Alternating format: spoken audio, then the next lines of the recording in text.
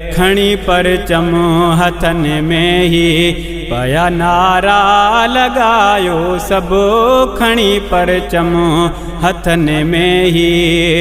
खणी परचम हथन में ही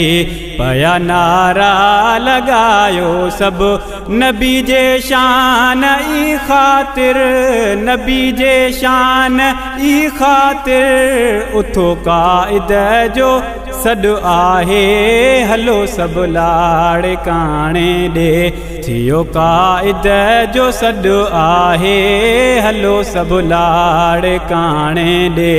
थियो काइद जो सॾु आहे 26 नवंबर ते